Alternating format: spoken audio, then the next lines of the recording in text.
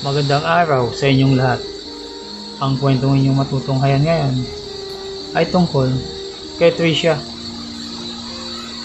na isang college student at ito'y paglalahad ni Roger.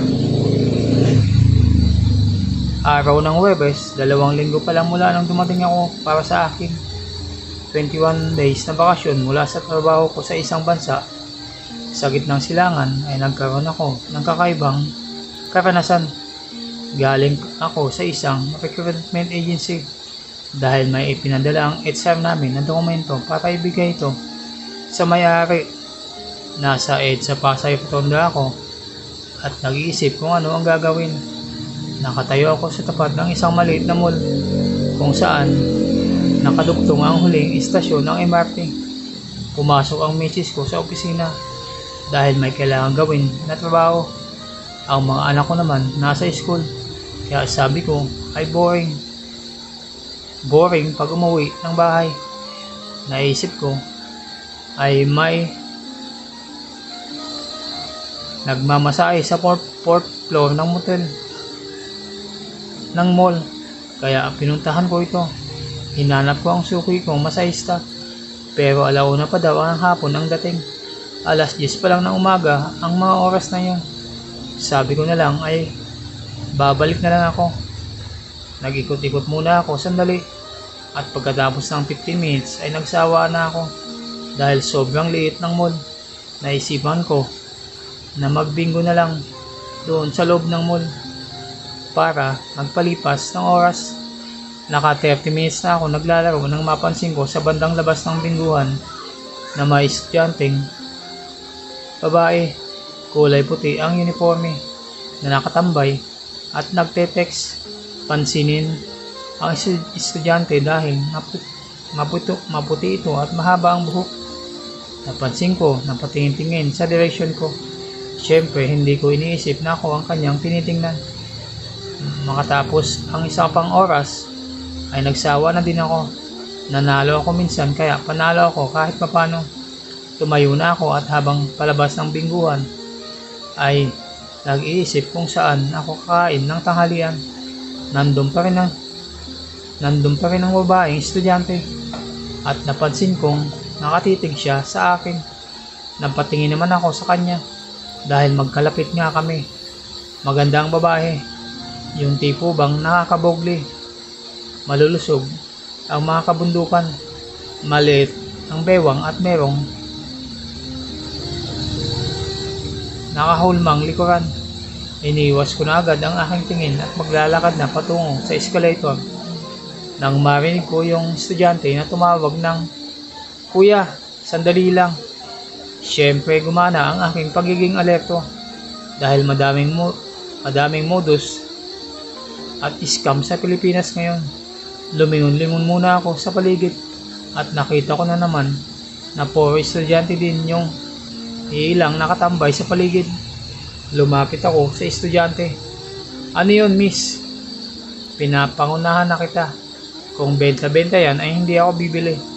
Kuya, hingi sana ako ng tulong sa'yo. May kapalit naman. Kailangan ko lang."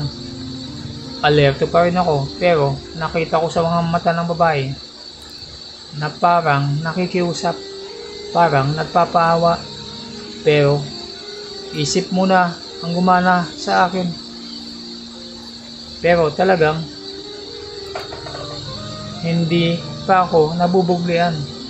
Pakiramdam ko, alam ko na kung saan ang tungo ng usapan namin. Itutuloy natin ang usapan natin kung ipapakita mo kung ilang cellphone meron ka at ibibigay mo sa akin ang baterya ng mga cellphone mo. Nasurpresa ako dahil iniabot niya nga sa akin ang kanyang maliit na bag at ako na daw ang magtumingin ng bag niya kung may cellphone. Nang wala akong makita ay sinuli ko ang bag sa kanya. Lumukot siya sa lahat ng bulsa niya. Sa 3 bulsa ay walang laman. Sa ika-4 na bulsa ay nandun ang cellphone niya. Kinalas agad niya ang baterya at iniabot sa akin. Medyo nakampante ako ng konti Pero malay ko kung may kasama ng estudyante at nagmamasid lang sa paligid. Anong pangalan mo? Tanong ko sa kanya. Inilabas niya sa may bulsa ng bag niya ang kanyang ID at nakita ko na Tricia ang pangalan niya. Nag-aaral sa isang eskwelahan malapit sa Malacanang. Kumain ka na ba, Tricia? Tanong ko. Hindi pa, kuya. Pero gusto ko lang malaman kung matutulungan niyo ako. Ikaw ang tatanungin ko, Tricia. Kanina mo pa ba ako target na kausapin? Kasi paano mo naman na-feel na makakatulong ako sa iyo? Gut feel lang, kuya. Araw na may pasok pero nakatambay lang ako. I think may kakayahan ka dahil hindi naman kayo magbibingo kung nagbiblang kayo ng isang araw sa opisina nyo at mamahalin pa ang cellphone nyo. Nasabi ko sa aking isipan na may talent mag-profile ng tao ang babaeng ito. Hindi nga kaya modus ito. Gusto ko nang umayaw at baka mapahamak ko, pero kinakalabit ako ng aking libido. Dapat ba kitang pagkatiwalaan kung matutulungan kita, Tricia? Kayo, kuya, ano man ang kondisyon, susundin ko. Magtiwala ka lang. Wala akong gimmick, wala akong masamang balak, wala akong kasamaan o modus. Dala lang ng pangangailangan kaya ginagawa ko ito, sabi ni Tricia. Pwede mo ba akong bigyan ng numero? 5,000, kuya, at sasama ako sa inyo. Kung may ibibigay nyo ito sa akin, walang problema sa 5,000. Sukain muna tayo. Kuya, ayaw ko ma-expose na magkasama tayo. Siguro ikaw din, dahil may asawa ka na. Pwedeng tumuloy na tayo sa isang lugar na pribado. May pagkain naman doon, di ba? Malay ko, hindi pa ako nakakapunta doon. Pabiro kong sagot kay Tricia. Dito na lang tayo sa tabi para malapit, kuya. Suggestion ni Tricia. Pero pinapagana ko pa rin ang utak ko. Baka may kasama nito sa kalapit na establishmento na sinasabi niya. Akala ko ba ako masusunod, Tricia? Sige, kuya. Suggestion ko lang naman para makapag-umpisa na agad tayo. Bakit? Nag-uumpisa na ba ang bilang sa 5 oras? Hindi, kuya.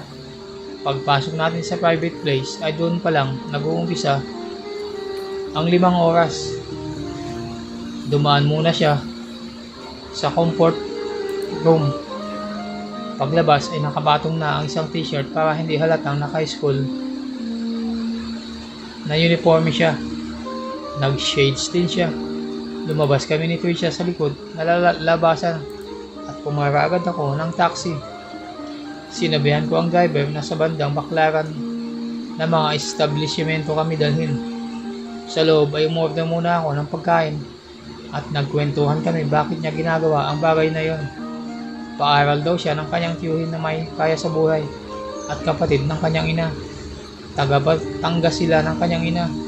Nabarkada siya sa may mga kaya sa buhay, kaya mga kaklase niya. Kaya minsan, nagbalak ang mga kabarkada na mag-trip sa Singapore at Malaysia, ay nahingi niya agad ang tuition sa kanyang tiyuhin.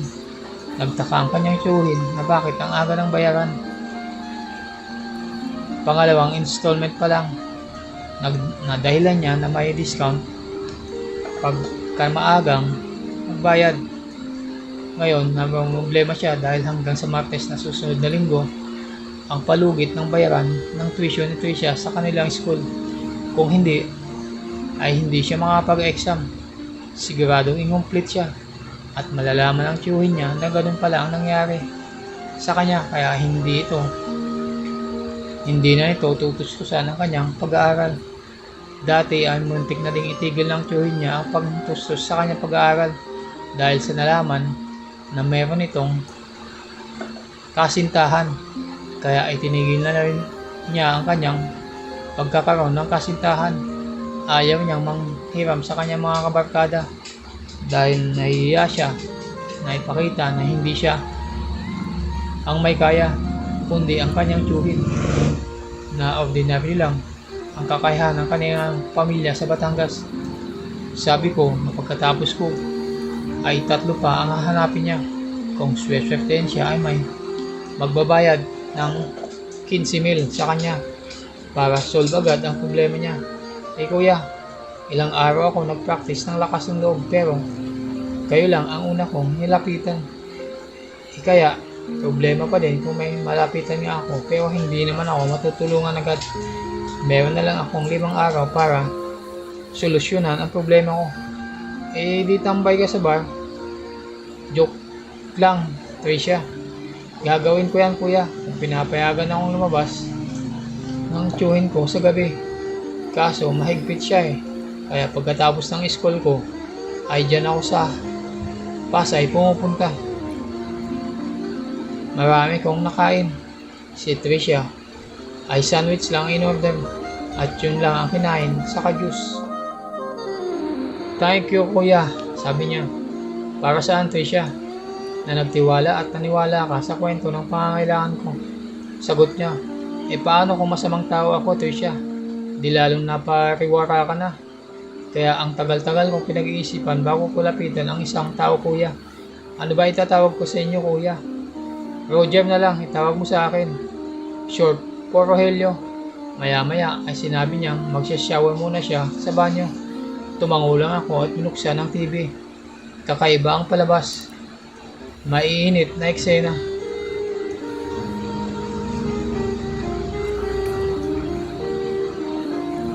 Kahit na sobrang nabubuglian ako kay Tricia, hindi ko ginawang pumasok sa banyo.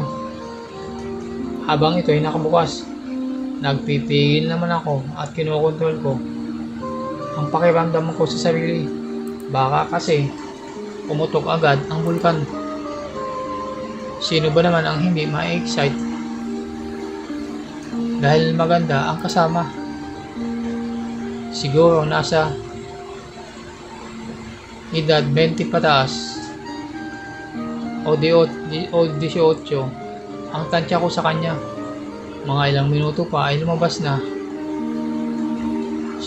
ng banyo. Nakatapos lang ito ng walya. Dahil nga doon ay kitang-kita agad ang kanyang mga mapuputing binti at hita. Hindi ko na napigilang makaramdam ng kakaiba. Sobra kasi ang ganda niya. Tapos noon ay pumunta pa sa harap ng salamin at kumuha ng suklay sa kanyang bag. Tamang-tama naman ay nakarinig ako ng bulong sa pinapanood naming palabas. Ano ang pinapanood mo, kuya? Tanong ni Tricia. Action movie. Maya-maya ay lumapit at umupo sa kama si Tricia. Kasama sa kama si Tricia para tingnan ang palabas. Si kuya, action movie daw. Action nga. Kakaibang action nga lang. Biglang nahulog ang suklay sa kanyang kamay. Kinuha niya agad ito at napapwesto siya ng patalikod sa akin. Kitang-kita ko ang kanyang lungga na wala nang suot, panloob, pambaba. Pagtayo ni Tricia ay natuon ang tingin niya sa pantalong ko. Dahil kakaiba ang umbok na yun. Nagtama ang aming mga mata at nginitian niya ako. Game na ako, kuya. Game ka na ba? Nabigla ako sa tanong niya. Sa totoo lang ay dapat marami na akong karanasan sa ganong sitwasyon. Pero biglang nakakapanibago dahil ibang-iba talaga ang kasama ko. Oo, Tricia, game na. Okay, kuya, umpisa na tayo. Umupo agad si Tricia sa tabi ko. Nagulat ako nang bigla niya na lang pagpalain ang kakaibang hulma sa harap ko. Doon ako nawala ng kontrol. Hindi na ako nakapagpigil. Bigla ko siyang niyakap at tinuka sa mga labi. Ang sarap humalik. Yung tipong sanay na. Agad ay binuka niya ang kanyang mga labi. At ako naman ay hinigop ang dapat higupin. Siyempre, hindi naman ako padadaig. Sa dalaga, inilabas ko rin ang aking nakatagong ladi at nagtukaan kami ng napakasarap. Maya-maya ay nalis ko ang nakatapis sa kanyang katawan. Pinagapang ko ang aking kamay sa kanyang mga kabundukan at pinagpala ito at nilaro-laro ang mga dulo. Tuloy lang ang matindi naming tukaan. Salitan kong minasa ang mga kabunduang yun. Grabe, napakakinis at lambot nun. Ang sarap paglaruan. Nilaro-laro din ng kamay ko ang medyo nasa dulo nun. At naririnig ko siyang bumubulong ng kakaiba. Gumapang ang paghalik ko sa kanyang tenga at leeg. At nang walang ano-ano ay bigla na lang bumaba ang aking paghalik pababa sa kanyang mga kabundukan. Hindi ako nagsawa sa ginagawa ko sa kanya. Nakakagigil talaga ang malalaking bundok niya. Parang ayaw ko nang tigilan at pagpalain. Tapos ay pinagapang ko ang kamay ko papunta sa pinakasentro ng kanyang katawan. Nagulat ako sa nakapa ko. Walang sagabal. Makinis na makinis. Lalong tumindi ang bugli ko sa katawan. Ngayon pa lang ako makakatikim ng kakaibang babae na makinis sa bandang lugar na yun. Sobra talaga ang nararamdaman ko.